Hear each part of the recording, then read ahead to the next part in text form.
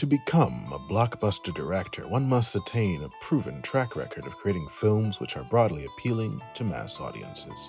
Movies that are liked by the movie-going public and make studios a profit. However, one of the most influential blockbuster directors perpetually seems to do neither, and yet continues to have his influence felt across the medium. Zack Snyder.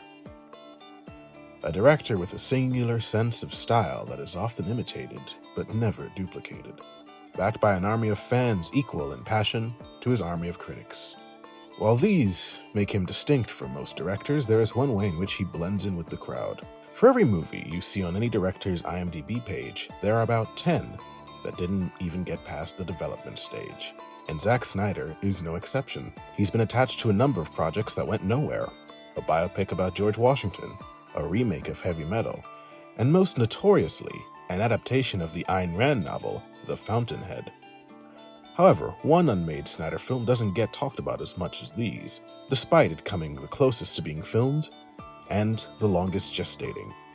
This isn't a sprawling epic or a superhero saga film. It's a lean, mean thriller known as Horse Latitudes, or better known by its previous title, The Last Photograph.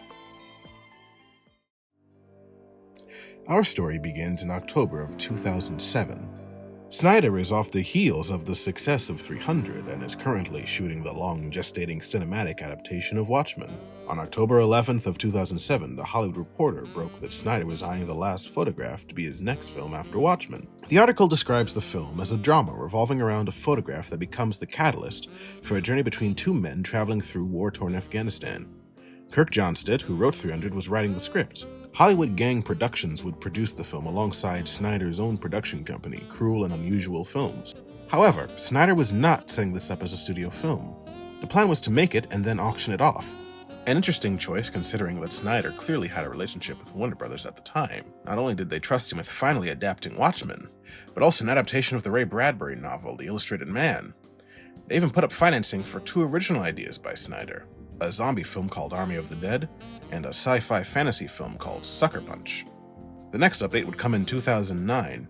With Snyder in production on both Sucker Punch and Legend of the Guardians, he had too much on his plate to direct The Last Photograph.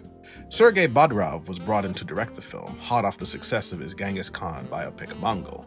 After this, no movement would happen on the project until 2010, when the first actor was attached to the film, Christian Bale.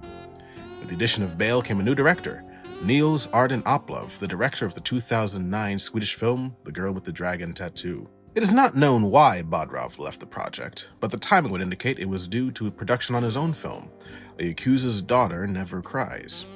This was the same year Snyder would be attached to his most high-profile project up to this point. Impressed by his Watchmen adaptation, Christopher Nolan personally hired Zack Snyder to direct the first proper cinematic reboot of Superman. As with all his projects, Snyder's ambitions were vast, not only in terms of scale, but also in terms of casting. He surrounded his Superman actor with a cast of all-stars. The best example of this was his Jor-El casting. Russell Crowe, Clive Owen, and most relevant to this story, Sean Penn, were in contention for the role of Jor-El.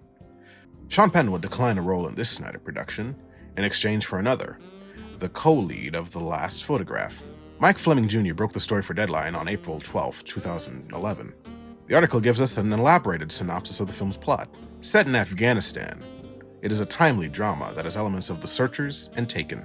Bale plays a war correspondent who witnesses and is the only survivor of an attack on a group of Americans. Penn is circling the role of a retired special ops soldier who comes to the scene determined to free a family member who has been kidnapped. The journalist agrees to help identify the kidnappers and travel the rough terrain to find them in exchange for the story. The road brings him in confrontation with tribal regions of Afghanistan, and none of the diplomats will help. Probably coincidentally, the arrival of Penn coincides with Warner Brothers pulling out of the production as financiers, shifting merely to distributing the film. Joel Silver's Dark Castle Productions would take over the financing. Later that year, for the first time in its production history, Zack Snyder had become officially attached to direct The Last Photograph. No reason was given for Oplov's departure. In addition to Oplov, Bale left the project. He'd become particularly busy after his Oscar win for The Fighter. Eventually, he signed on to be a part of Terrence Malick's then unnamed Knight of Cups, as well as Scott Cooper's Out of the Furnace. Due Due to them both being further along in production, the last photograph simply fell by the wayside. This wouldn't be the only snag the project had this year. Months after the release of Man of Steel, Zack Snyder would become very, very busy. In all the years to come, in all your most private moments, I want you to remember my hand at your throat. I want you to remember the one man who beat you. Whoa! What? What? What?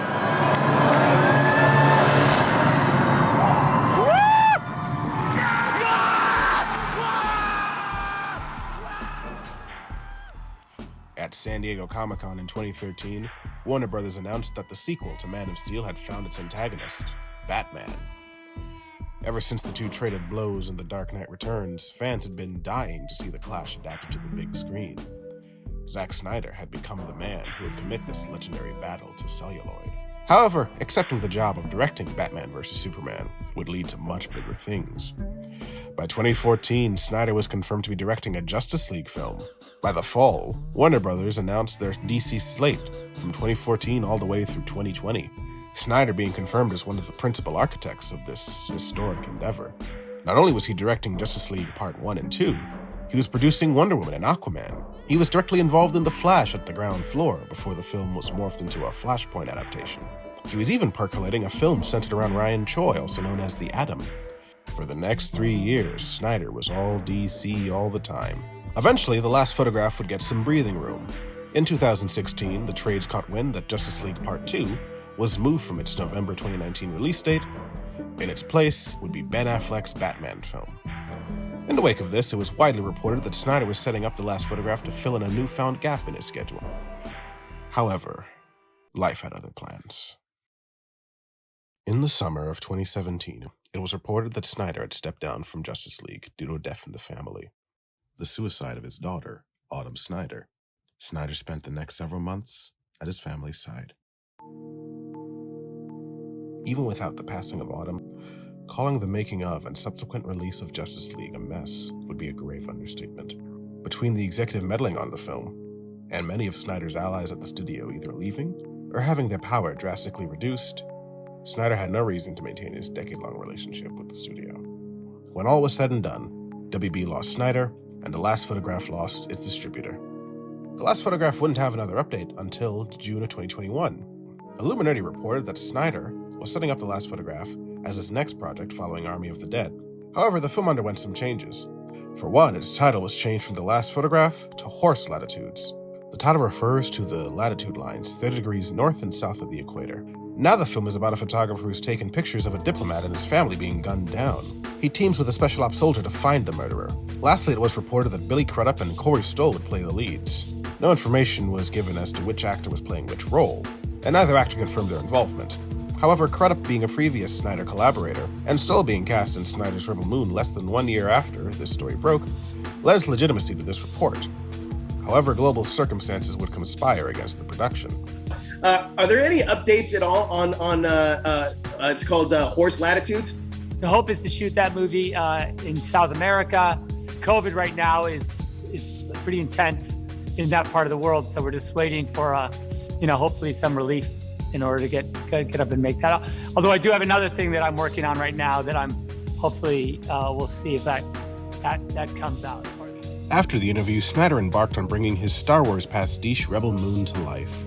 On the outset, it would seem strange that Snyder was able to get a space opera into production before a, relatively speaking, much smaller thriller. But such is the current industry. The universe set up in Rebel Moon and Army of the Dead represent rich opportunities for expansion and merchandising.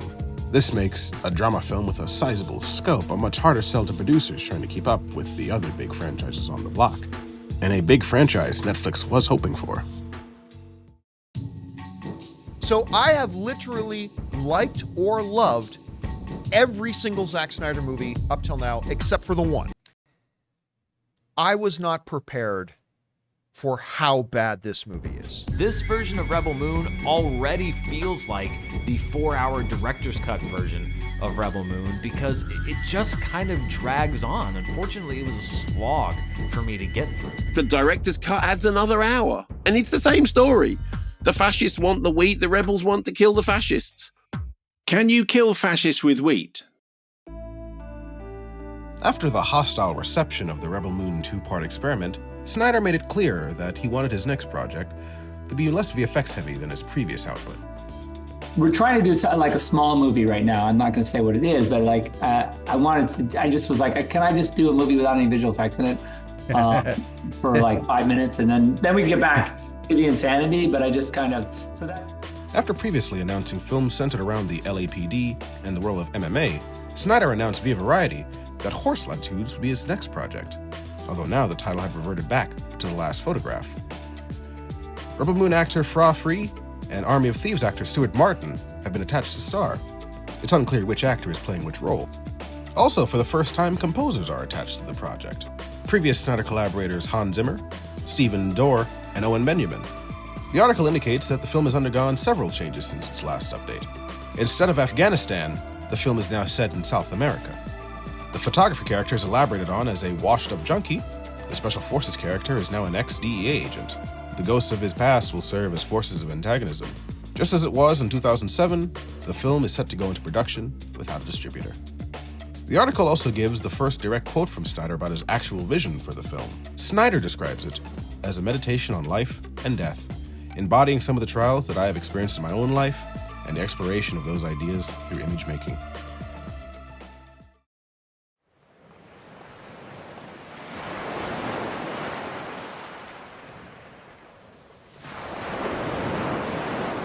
The film industry is a violent ocean.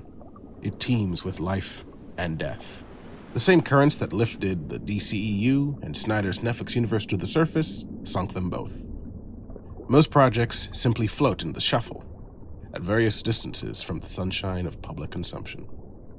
Thankfully for Snyder, his crew, and his fans, The Last Photograph seems to have found a calm patch. However, until the film has finally breached the surface, it's never too late for The Last Photograph to be swept right back down into the depths of production purgatory.